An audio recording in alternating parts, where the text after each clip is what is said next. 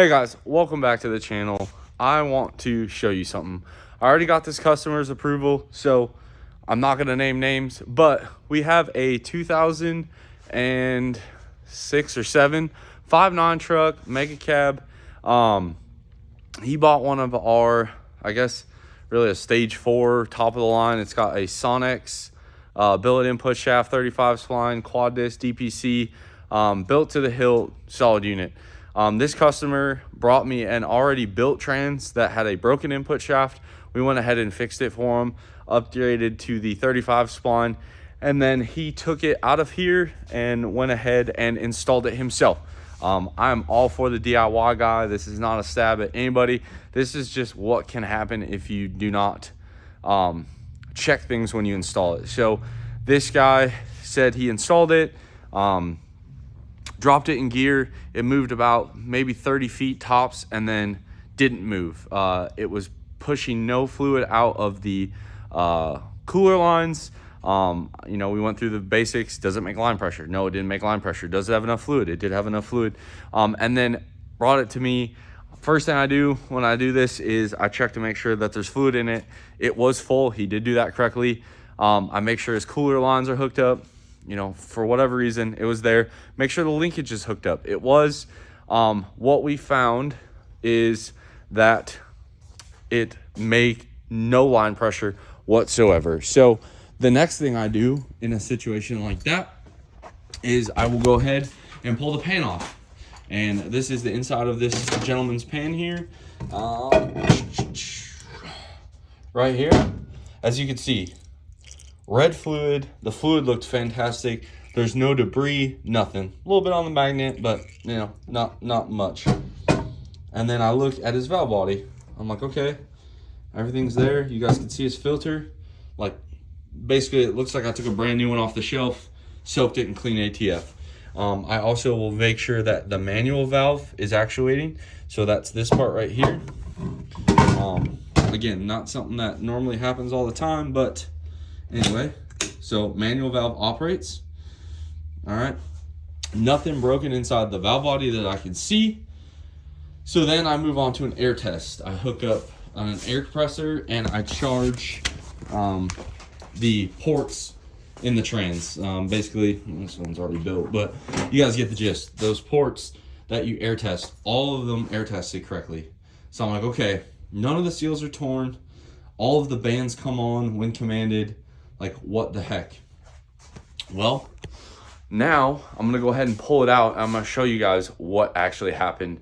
I've seen this many times over, and it happens. Like, I'll be honest, I did it on a 5R or 4R 100 not too long ago on an install. I screwed it up. So again, nobody's perfect, and I got the owner's approval to just show you guys this.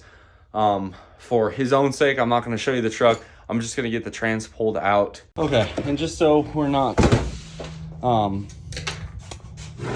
I guess, there's this pan, there's the trans, I haven't pulled the converter off. Just so we get rid of any, oh, well, we're gonna do this right here.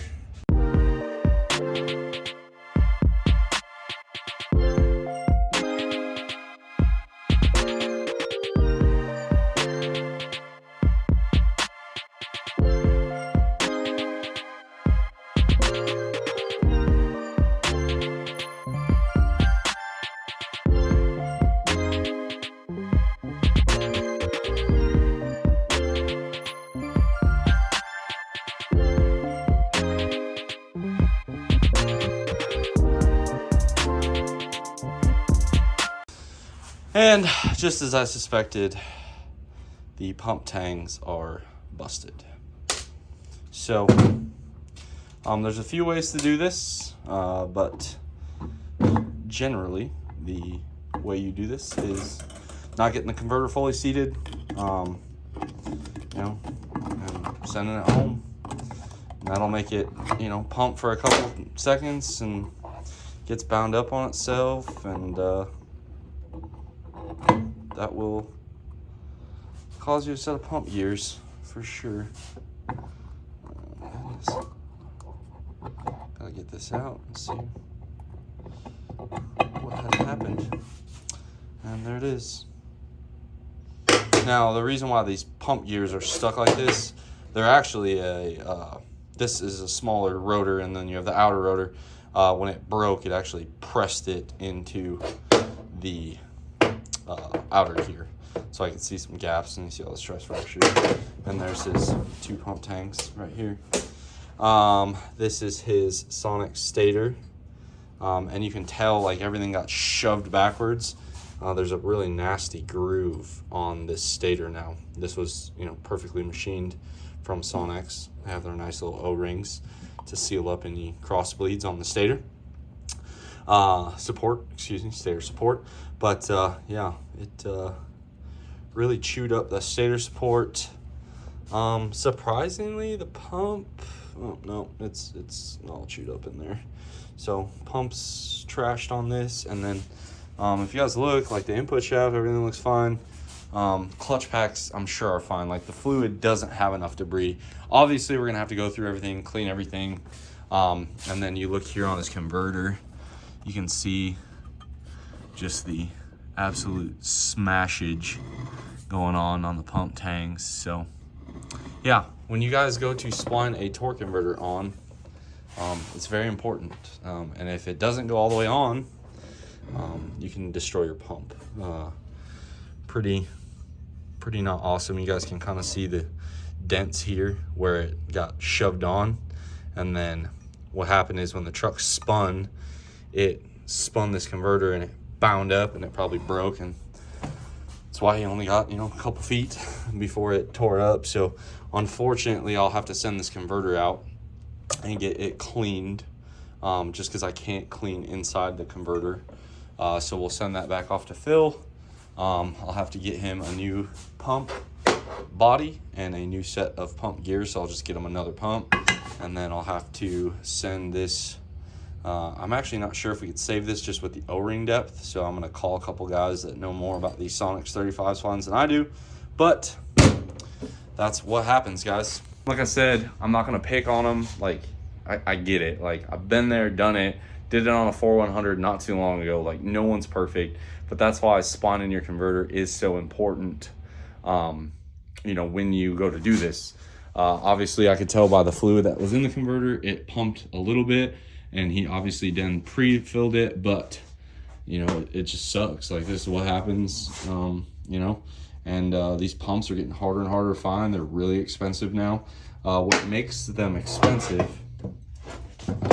this is a 48 pump, the double A there.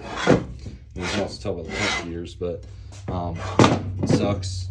You guys can see this bushing's all worn to hell, so that converter definitely got put in, crooked or not fully seated, and wore out the bushing. This had a brand new bushing in it. You can see the seals all wallered out as well. So that's kind of what happens. Okay, so leaving off, I apologize about the blurry footage of taking it apart. It was not my intention. I had y'all set up right here and it didn't focus, so I apologize. But when you guys are splining a torque converter, okay, there's a few things happening. First, this shaft has to sit inside the converter, okay? This is splining in the converter. This stator support splines in the converter. And then if you look, the pump tanks have to spline with the converter.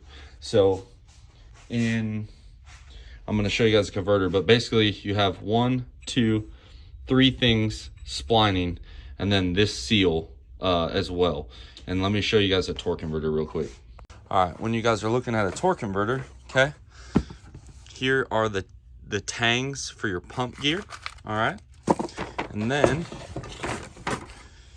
you have the stator. If you guys look in here, you have the stator, which is the one closest to this part. And then inside there is where the splines of the input shaft sit. And then inside there's a seal at the very bottom. It's kind of hard to see. This converter has fluid in it. But that's how you spline it. Now, to put this on, it's not too hard, but hold on. What you're going to do, you guys can see here, this is see, there it goes, not focusing again. This is a fat input with a pump stator, and then a pump gear. And now the big thing when you're splining these is pay attention to how far the converter sticks out. So when you're splining one of these, all right, you're gonna lift up, go like this. Now it goes on to most of the splines pretty easy, but you're actually gonna kind of lift up a little bit. Okay, so we just got another spline right there. Jiggle it pretty good, like so, and you're in. So you got about, on a billet converter, this machine spot is about flush with the bell housing. And then in here, all right, in here, okay, again, keep in mind I have pretty big hands, but I cannot get my hand behind it. If you get this thing just ever so slightly pulled out and you can get your hand behind there and you miss those pump tangs, that's what happens. Then when you bolt it to the adapter plate, what'll happen is it'll break the pump gear tangs off. And then, like the customer said, he's like, oh, I spun the converter, it spun. It'll spin once you break the pump tang. So as you tighten it up, it'll do that. So that's kind of how that happens. Now, again, big thank you to this customer for letting me use his tranny to make a video about it.